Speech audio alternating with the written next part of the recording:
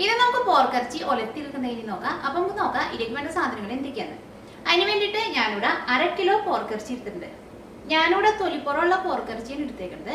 പിന്നെ ഈ പോർക്കിറച്ചിയുടെ കഷ്ണങ്ങൾ ഞാനിവിടെ ഒരു മീഡിയം പീസായിട്ട് കട്ട് ചെയ്തിട്ടെടുത്തിട്ടുണ്ട്. അത് ഞങ്ങളുടെ നാട്ടിലേക്കും പോർക്കിൻ്റെ മീറ്റ് കട്ട് ചെയ്തെടുക്കുമ്പോൾ ഒരു മീഡിയം പീസായിട്ടാണ് കട്ട് ചെയ്തിട്ടെടുക്കുക. ഒരുപാട് ചെറിയ പീസായിട്ട് കട്ട് ചെയ്തിട്ടെടുക്കില്ല. അപ്പോൾ നിങ്ങൾക്ക് ചെറിയ പീസായിട്ട് വേണമെന്നുണ്ടെങ്കിൽ അതേപോലെ ചെറുതായിട്ട് കട്ട് ചെയ്തിട്ടെടുക്കുക. പിന്നെ സവോളയും വേണം, കറിവേപ്പിലയും വേണം. ഞാനിവിടെ 2 മീഡിയം സവോള നല്ല കനം കുറച്ചിട്ട് സ്ലൈസ് ചെയ്തെടുത്തിട്ടുണ്ട്. പിന്നെ ജിഞ്ചർ ഗാർലിക് പേസ്റ്റ് വേണം. ഈ കറിയിലേക്ക് നമുക്ക് വേണ്ട മസാലപ്പൊടികൾ, അതിന് വേണ്ടിയിട്ട് ഞാനിവിടെ മഞ്ഞൾപ്പൊടി എടുത്തിട്ടുണ്ട്. പിന്നെ മല്ലിപ്പൊടി വേണം. മല്ലിപ്പൊടിയൊക്കെ നിങ്ങൾ കറിയിലേക്ക് ചേർക്കുമ്പോൾ ഫ്രഷ് ആയിട്ട് പൊടിച്ചിട്ട് ചേർക്കാം. അത് നമ്മൾ കടയിൽ നിന്ന് വാങ്ങണ മല്ലിപ്പൊടിക്ക് ആ മല്ലിപ്പൊടിയുടെ ഒട്ടും സ്മെല്ലുണ്ടാവില്ല. മല്ലിപ്പൊടിയൊക്കെ നമുക്ക് വീട്ടിൽ പൊടിച്ചെടുക്കാൻ വേണ്ടിയിട്ട് നല്ല എളുപ്പമാണ്. ആ മല്ലി പൊടിച്ചെടുക്കുമ്പോൾ മല്ലി ചൂടാക്കേണ്ട ആവശ്യമില്ല. മിക്സിയിൽ ചെറിയ ജാറിലിട്ടിട്ട് ഒന്ന് കറക്കിയെടുത്താൽ മതി. മല്ലിയൊക്കെ പെട്ടെന്ന് പൊടിഞ്ഞു കിട്ടും. പിന്നെ മുളകിൻ്റെ പൊടിയും വേണം, കുരുമുളകിൻ്റെ പൊടിയും വേണം. പിന്നെ ഗരം മസാലയും വേണം. ഇതിലേക്ക് ഞാനിവിടെ ഈ മസാലപ്പൊടികളും പിന്നെ സവോളയും ജിഞ്ചർ ഗാർലിക് പേസ്റ്റൊക്കെയും ആ കറിയിലേക്ക് ചേർക്കുന്ന സമയത്ത് ഞാൻ ഓരോന്നിൻ്റെ അളവ് പറയാം. ഈ എല്ലാ സാധനങ്ങളും നമുക്ക് പോർക്കിറച്ചി ആയിട്ട് അത് കുക്കറിലിട്ട് വേവിച്ചെടുക്കുമ്പോഴും കുറേശ്ശെ ചേർക്കണം. പിന്നെ ഇത് ഒലത്തിയെടുക്കുന്ന സമയത്തും ചേർക്കണം. അപ്പം നമുക്ക് നോക്കാം ഇതേനെ പോർക്കിറച്ചി ഒലത്തിയെടുക്കാന്ന്. ഈ പോർക്കിറച്ചി വേവിച്ചെടുക്കാൻ വേണ്ടിയിട്ട് കുക്കറിലേക്ക് പോർക്കിറച്ചി ചേർക്കാം. ഇതിലേക്ക് കുറച്ച് സവോള ചേർക്കാം. ഞാനിവിടെ ഇതേപോലത്തെ ഒരു പിടി സവോളയാണ് ചേർക്കുന്നത്. സവോള ഒരുപാട് ചേർക്കണ്ട. ഒരുപാട് ചേർത്തിട്ടുണ്ടെങ്കിൽ, കൂടുതൽ ചേർത്തിട്ടുണ്ടെങ്കിൽ നമ്മുടെ കറിക്ക് ഒരു മധുരം വരും. അപ്പോൾ സവോള ഇത് ഒലത്തിയെടുക്കുന്ന സമയത്ത് എണ്ണയിൽ നന്നായിട്ട് വഴറ്റിയിട്ട് കൂടുതൽ സവോള ചേർക്കാം. ഇത് വേവിച്ചെടുക്കുമ്പോൾ കുറച്ച് ചേർക്കാം. ഇതിലേക്ക് ജിഞ്ചർ ഗാർലിക് പേസ്റ്റ് ചേർക്കാം. ഞാൻ ഇതിലേക്ക് ഒരു 1/2 tablespoon ginger garlic paste ചേർക്കട്ടെ. മുളകിൻ്റെ പൊടി ചേർക്കാം. മുളകിൻ്റെ പൊടി നിങ്ങളുടെ എരിവിനനുസരിച്ചിട്ട് ചേർക്കാം.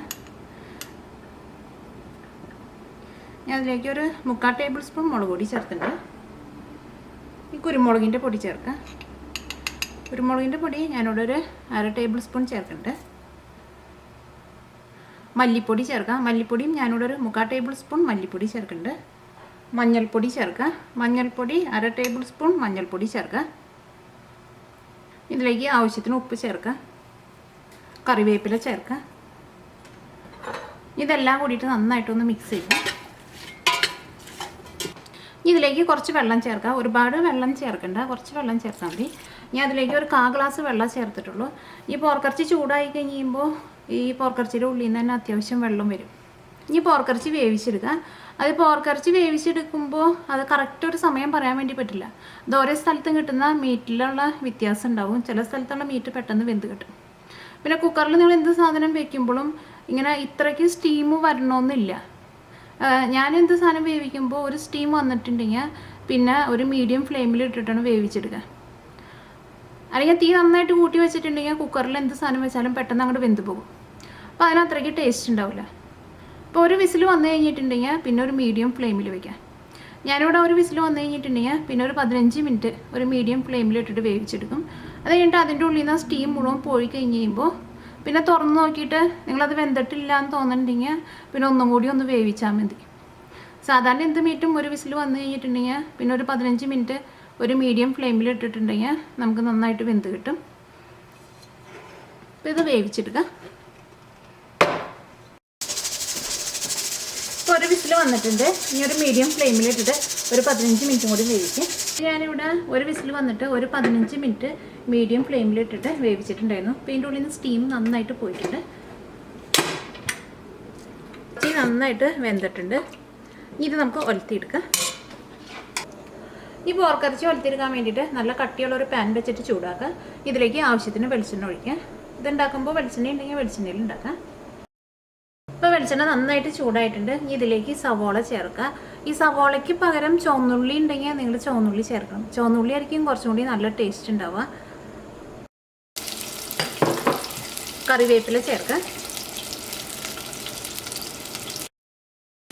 ഇപ്പോൾ സവോള മുരിഞ്ഞു തുടങ്ങിയിട്ടുണ്ട്. ഇതിലേക്ക് ജിഞ്ചർ ഗാർലിക് പേസ്റ്റ് ചേർക്കാം.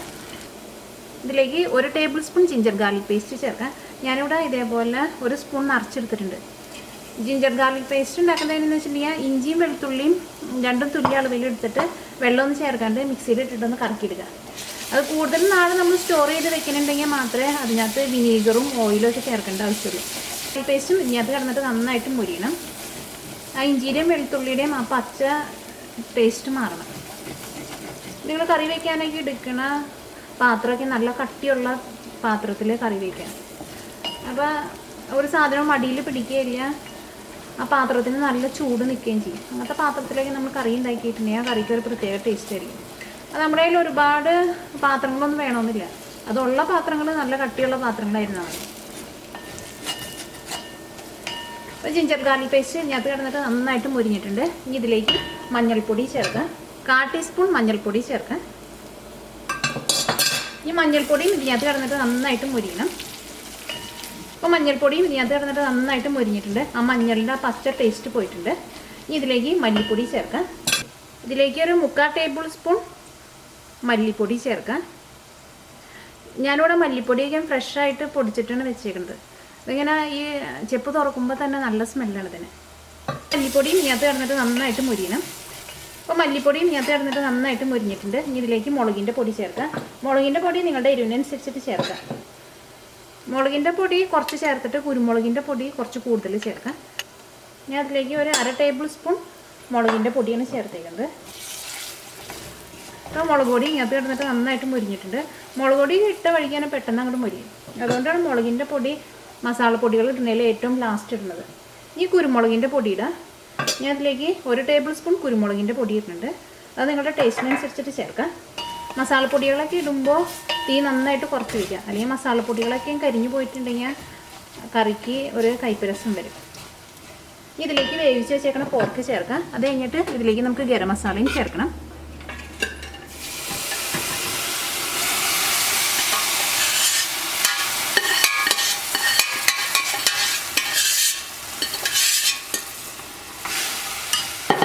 തീ നന്നായിട്ട് കൂട്ടി വയ്ക്കാം. ഈ ഗരം മസാല ചേർക്കുക. ഗരം മസാല നിങ്ങളുടെ ടേസ്റ്റിനനുസരിച്ചിട്ട് ചേർക്കുക. കുരുമുളകിൻ്റെ പൊടി കൂടുതൽ ചേർത്തേക്കണേനും ഗരം മസാല ഒരുപാട് ചേർക്കണ്ട. ഞാൻ അതിലേക്ക് ഒരു 1/2 ടേബിൾ സ്പൂൺ ഗരം മസാലയും ചേർക്കുന്നുണ്ട്. അത് കഴിഞ്ഞിട്ട് ഇതെല്ലാം കൂടിയിട്ട് ഒന്ന് മിക്സ് ചെയ്ത് കഴിഞ്ഞിട്ട് ടേസ്റ്റ് നോക്കിയിട്ട് ഗരം മസാല നിങ്ങൾക്ക് വേണമെന്നുണ്ടെങ്കിൽ രണ്ടാമതും ചേർക്കാം.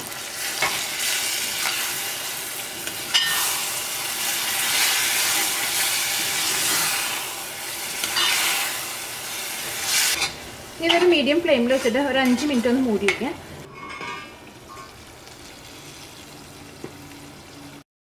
ഞാനിതോടെ ഒരു 5 മിനിറ്റ് മീഡിയം ഫ്ലെയിമിലിട്ടിട്ട് മൂടി വെച്ചിട്ട് വേവിച്ചിട്ടുണ്ടായിരുന്നു.